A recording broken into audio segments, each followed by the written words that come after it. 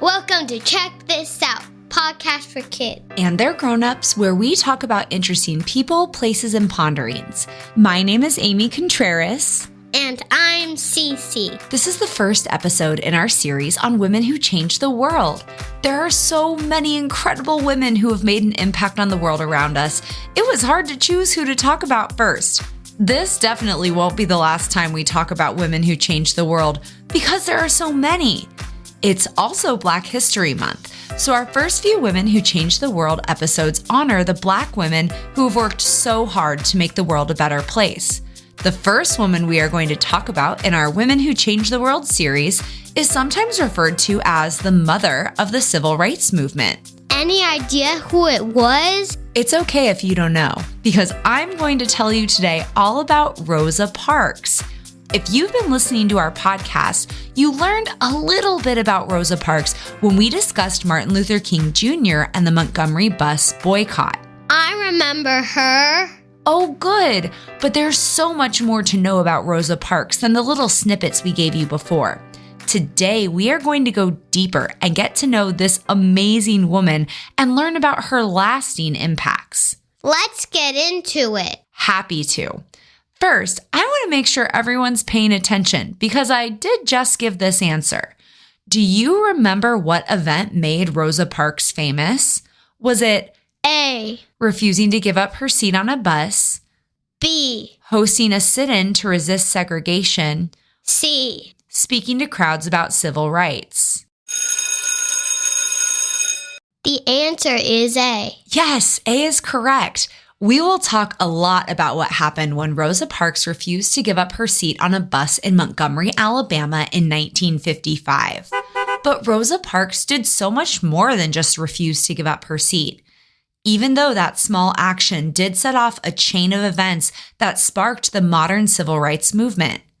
Let's talk about her life, her legacy, and why she's a woman who changed the world. I'm excited to learn more. Rosa Parks was born in 1913 in Tuskegee, Alabama, to parents James and Leona. Her mother was a school teacher, and her family put a lot of energy into education. When she was young, her parents separated, and when she was 11, she moved to a farm near Montgomery, Alabama with her mother and brother. How was life there? Well, Montgomery, Alabama was a heavily segregated city in the South, and the Jim Crow laws made things hard and often dangerous for Black people. Check this out. Do you remember what the word segregated means? We've talked about it in other episodes. Segregated basically means that white people and Black people, or other people of color, were kept separate. Black and white kids weren't allowed to go to school together, they had different libraries, and couldn't even drink out of the same water fountains. I can't imagine. I've also mentioned the Jim Crow laws in our episode on Martin Luther King Jr. But what were those? Let's see if you can take a guess. Were the Jim Crow laws A, rules that said people couldn't eat crows and other birds in the South, B, a collection of laws that legalized racial segregation in the southern United States, or C, laws in the northern United States that helped Black people find jobs? I think it's B. If you said B, you're right. States that had Jim Crow laws could authorize separate or segregated places, not only for schools, but for things like hospitals, sports events, restaurants, barbershops, railroad and bus stations, restrooms, beaches, parks, and many other places. What? The phrase that was often used to reinforce these laws was the concept of separate but equal. However, segregated resources, places, and schools for Black or colored people got less funding and were rarely, if ever, equal. That was terrible. That's why, when Rosa's family lived in Montgomery, things weren't always easy. She witnessed and heard violence often very close to her home. There are stories about when Rosa Parks was young that she, her sibling, and cousins would go to bed in their clothes in case they needed to escape in the night. That is not okay. Yes, and her grandfather would stay up and keep watch over the house at night in case they needed to deal with an angry mob. Her family even had to board up their windows and doors at night for extra protection. How sad. But through it all, Rosa continued with her education. She went to a segregated high school, but did have to drop out at 16 to help some sick family members. She got a job cleaning houses for white people. She sounds really brave. A couple of years later, Rosa Parks met and married her husband, Raymond Parks. They married in 1932 when she was 19. This was 23 years before her famous arrest for refusing to give up her seat on the bus. Raymond was a barber and was involved in the civil rights movement. He also encouraged her to go back to school, and she graduated high school at the age of 20. After she married Raymond, she began working as a seamstress, and she became more involved in the civil rights movement. Tell us. Her husband was a member of the NAACP. What does that mean? NAACP stands for the National Association for the Advancement of Colored People. Oh. In 1943, Rosa Parks joined the Montgomery chapter of the NAACP, and she became the chapter secretary. Long before the famous moment on the bus in 1955, Rosa had built a long legacy of fighting for others and working for civil rights. That is cool. Like what? Rosa Parks worked hard for the NAACP. She had a role as an investigator, protecting Black people from false accusations and arrests. She also took nonviolent protest classes to educate herself on how best to help the civil rights movement. She even led the youth branch of the NAACP, and she traveled throughout the state of Alabama, interviewing victims of discrimination and witnesses to violence. Was there anything she didn't do? Not really. Even without the bus in Montgomery, her impacts on the community and the civil rights movement were significant. But let's talk more about the bus, Rosa's choice, and what happened after and how it altered the course of her life. First, know that Rosa Parks lived a long life. She was born in 1913 and she died in 2005 at the age of 92. She had a lot of life left to live after the bus, and I'm excited to tell you about those years as well. I love it. But first, let's get into the famous bus moment. On December 1st, 1955, Rosa Parks was riding a Montgomery City bus. She was 42 at the time and was commuting home from her job as a seamstress. Rosa Parks had a seat at the front of a crowded bus. The bus driver noticed that there were white passengers standing, and he asked Parks and other Black passengers to give up their seats. 3 of the Black passengers left their seats, but Parks refused. She sounds really brave. She sure was. Because she refused to give up her seat, she was arrested. She was also fined $10 for the offense and $4 for court costs. She didn't pay either of those fines. Did she do it on purpose? Cece, that's a great question. There has been a story told over the years that Rosa Parks was so tired from work that she didn't want to get up. But this is not true. Here is a quote from her autobiography about the moment. "I was not tired physically, or no more tired than I usually was at the end of a working day. I was not old, although some people have an image of me as being old then. I was 42. No, the only tired I was tired of giving in." What does that mean? I can't speak for Rosa Parks, but when she said she was tired of giving in, it probably meant she was tired of giving in to the unfair conditions, the segregation, and the treatment of Black people in Montgomery and beyond. That makes a lot of sense. The news of her arrest spread quickly, and in partnership with the NAACP chapter president, E.D. Nixon, Rosa Parks and her husband decided to bring a legal case against Montgomery and the bus system. The NAACP and Rosa Parks knew they needed to legally challenge segregation in Alabama, and Rosa Parks' arrest was the right opportunity to do that. This was also when Martin Luther King Jr. and the Southern Christian Leadership Council got involved. I remember hearing about that. Yeah, we talked about that in our episode on Martin Luther King Jr. Rosa Parks had a trial for her arrest on December 5th, 1955, and that was the day the boycott started. How did people know to boycott? Great question. There wasn't internet or cell phones back then, so they made 35,000 flyers that got sent home with Black school children informing their parents of the planned boycott against the buses. Remember, boycotting is choosing to not use a service or a product.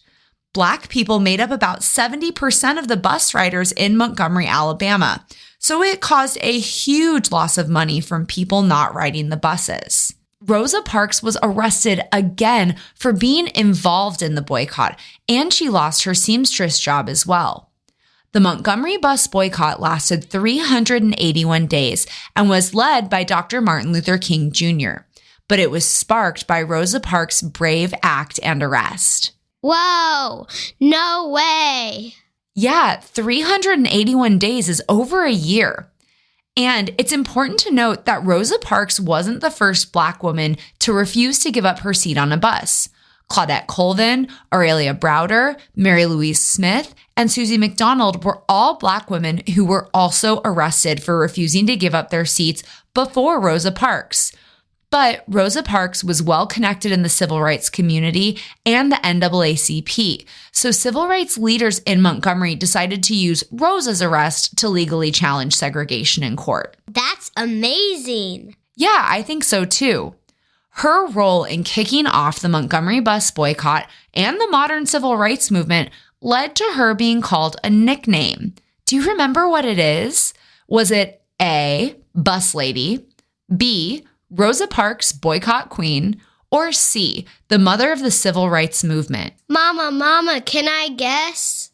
I think it's C. If you said C, you're right. She is referred to the mother of the civil rights movement for her role in the Montgomery bus boycott. On November 13th, 1956, the Supreme Court ruled that bus segregation was unconstitutional. The boycott ended December 20th, a day after the court's written order arrived in Montgomery. After the boycott ended, she had to deal with lots of angry people, so she moved with her husband to Detroit in 1957. While living in Detroit, she stayed involved in the civil rights movement, the NAACP, and she worked on the staff of a Michigan congressman. She stayed busy continuing to drive progress while in Detroit. How, Mama? In 1987, she co-founded the Rosa and Raymond Parks Institute for Self-Development, which provides career training for young people. It also educates about the history of the civil rights movement. I want to check out more about that. You should. She was also a speaker for civil rights and wrote 4 books in her life, including her autobiography. Check this out. What is an autobiography? An autobiography is the telling of a person's life written by that person. So if someone has an autobiography, that means the person who the book is about either wrote it themselves or helped write it. Rosa Parks received some pretty important awards over the course of her life, including the Presidential Medal of Freedom in 1996 and the Congressional Gold Medal in 1999. What's that? The Congressional Gold Medal is the highest honor the United States bestows on a civilian or a regular person. Wow! When Rosa Parks died in 2005, her body lay in state in the U.S. Capitol. What does that mean? Lying in state is an honor reserved for private citizens who performed a great service for their country. People got to visit her casket and gave thanks for her dedication to civil rights. Rosa Parks was the first woman and only the second Black person ever to receive the distinction of lying in state. Oh, that's important. She was important and made a huge impact on our country and the world. Before we wrap up learning about Rosa Parks, I want to share a couple of other fun facts about her that you can check out more on your own if you want to learn more. Fact number 1. James Blake, the bus driver who demanded Rosa Parks give up her seat, had bothered Rosa before. In 1943, over 10 years before Rosa Parks got arrested, James Blake had ejected her from his bus after she refused to re-enter the vehicle through the back door after paying her fare at the front. This is what Black people were supposed to do at the time, and she had refused. Fact number 2. Bus seats were left empty to honor Rosa Parks on the 50th anniversary of her arrest. On December 1st, 2005, buses in New York City, Washington, D.C., and other cities around the country left the seats behind the bus drivers empty to commemorate Parks' act. Fact number 3. There's a statue of Rosa Parks in the Capitol. What was your favorite fact? My favorite fact wasn't one of the 3 additional ones we just shared, but I liked that she was the first woman and only the second Black person to receive the distinction of lying in state. Rosa Parks left a legacy of working towards justice for others. She was an active and impactful throughout her life and was so much more than just a woman who didn't stand up on a bus. What did you learn from listening to Check This Out's episode on Rosa Parks? As always, we'll wrap up with a little rhyme. We wrote you a poem. On a cold December day in 55, she stayed seated, her spirit alive. A bus boycott sparked and unity grew. Rosa's brave stand, if only she knew. All these years later, her impact lives on. Rosa Parks, mother of civil rights, we continue to fight on. Please make sure to subscribe and be sure to listen to our next episode in Women Who Changed the World on Bessie Coleman, another amazing Black woman who we're so excited to honor. At the Check This Out podcast, we know it can be hard to know if the information you find online is accurate. We use verified sources to build the stories you hear about. Our sources are the NAACP, Encyclopedia Britannica, civilrightsmuseum.org, the Library of Congress, and history.com. Thanks for listening. Don't forget to subscribe. See you next episode.